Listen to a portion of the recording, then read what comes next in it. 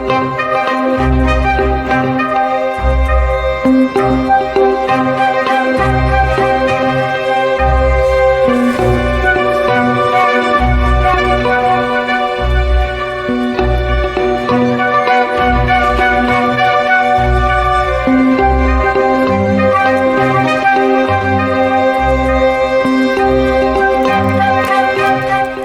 my ghouls and goblins. Welcome back to By Book and Bone.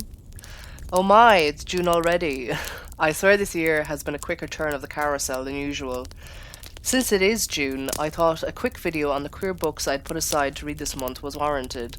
I am a mood reader, so I don't generally put together a precise TBR, but I always like to have a few LGBTQ books for Pride Month. Just like I like to have a few horror books for October.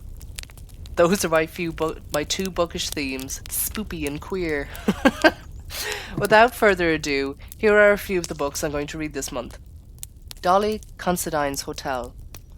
Written by Eamon Summers, Dolly Considines Hotel is actually a book that was given to me, I think by the publisher. I'm not 100% sure. They gave it to me anyway because they thought I might like it. And I was a bit put off by the blurb, but I said I'd give it a go, and I'm pleasantly surprised that I'm more than about a quarter of the way through the book, and I am really enjoying it. Dolly Considine runs a late-night drinking establishment, catering to the needs of the thirsty politicians and theatricals in Dublin's legendary drinking area, the Catacombs. Julian Ryder, aka Paddy Butler, is an 18-year-old aspiring writer in need of shelter from his bullying older brother. As the new live-in lounge assistant at Dolly Considine's Hotel, Julian soon embroils himself in the she-beans gossip and the guests' bedsheets, and turns Dolly's entourage into fodder for his literary ambitions.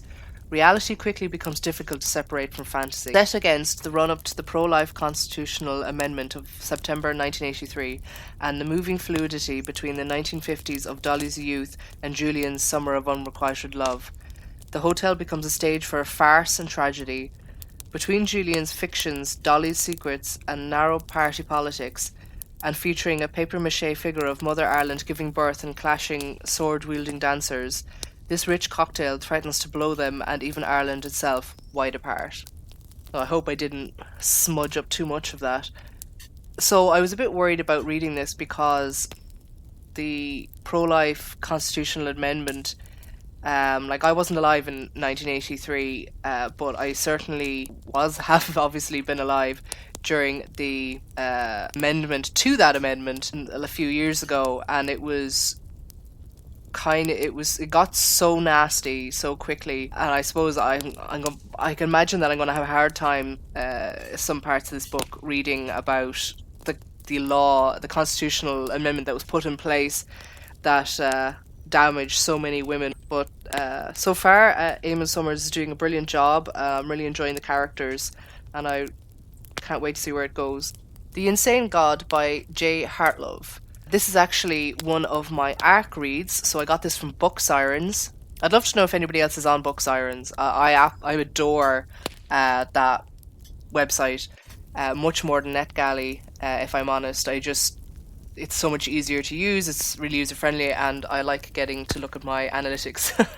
So I snapped this up because I was looking for a cosmic horror, to come across a cosmic horror, I suppose, that a male to female trans girl is the main character of. She suffers from schizophrenia. It just has a lot going on.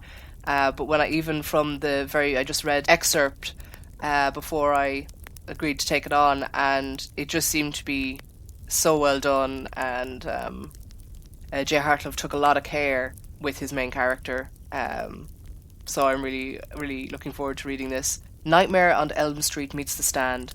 A meteorite fragment cures a teenage trans girl's schizophrenia, but leaves her with visions of ancient warring gods annihilating each other in space. As the Earth hurtles towards the cloud that is the shattered bodies of those internal enemies, their eons-old conflict is rekindled on Earth to divide and destroy humanity.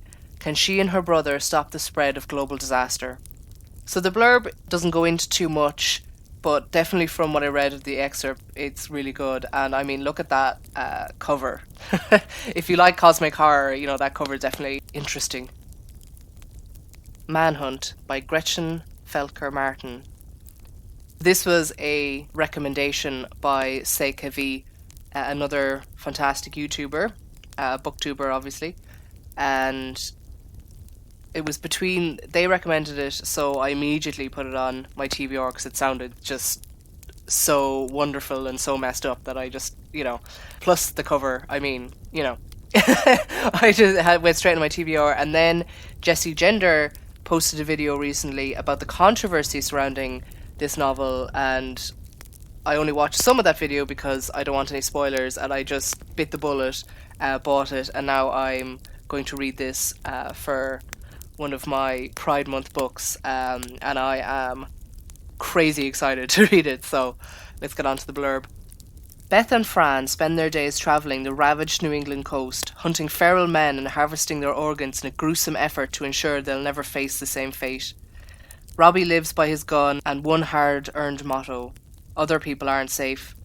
After a brutal accident intertwines the three of them, this found family of survivors must navigate murderous turfs, a sociopathic billionaire bunker brat, and awkward relationship dynamics, all while outrunning packs of feral men and their own demons.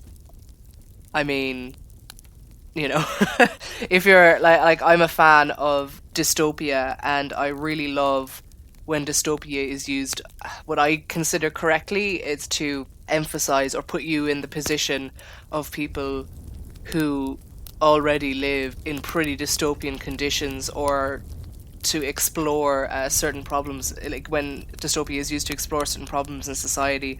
Like, I'm a huge fan of that, and plus horror, which I think this purely goes in as a horror dystopian. I cannot wait to read this. I fully intended to include Snapdragon, a graphic novel I picked up in Cork. I fully intended to have this as part of my Pride reading, but I couldn't wait and actually read it at the end of May. Like, the second I got it, I think I lasted like 2 hours, and then I was like, no, I gotta read this. So I have read it. It's wonderful. Highly recommend it. But I suppose I'm just saying here that I did intend to have an extra book, but I just couldn't control myself. And I'll read the blurb anyway. Snapstown has a witch. At least that's how the rumour goes. But in reality, Jax is just a Crocs-wearing, internet-savvy old lady who sells roadkill skeletons online. It's creepy, sure, but Snap thinks it's kinda cool too. Snap needs a favour from this old woman though, so she begins helping Jax with her strange work. Snap gets to know her and realises that Jax may in fact have real magic and an unlikely connection to Snap's family past. It's fantastic. I mean, an old lady who sells roadkill skeletons online, I mean, that's right up my alley. That's pretty much where I want to be when I'm an old lady. So it was really good. It was 5 stars for me. It's by Kate Leigh, and if you like graphic novels and you're looking for something read for Pride Month, I recommend Snapdragon. And that's it for this video. I posted a short a few days ago with LGBTQ book recommendations, so if you're looking for some different books to read this month, give that a gander. Thanks for watching. If you enjoyed this video, give a thumbs up, and if you have your own list of queer books you're reading this month, drop a comment below. Bye now.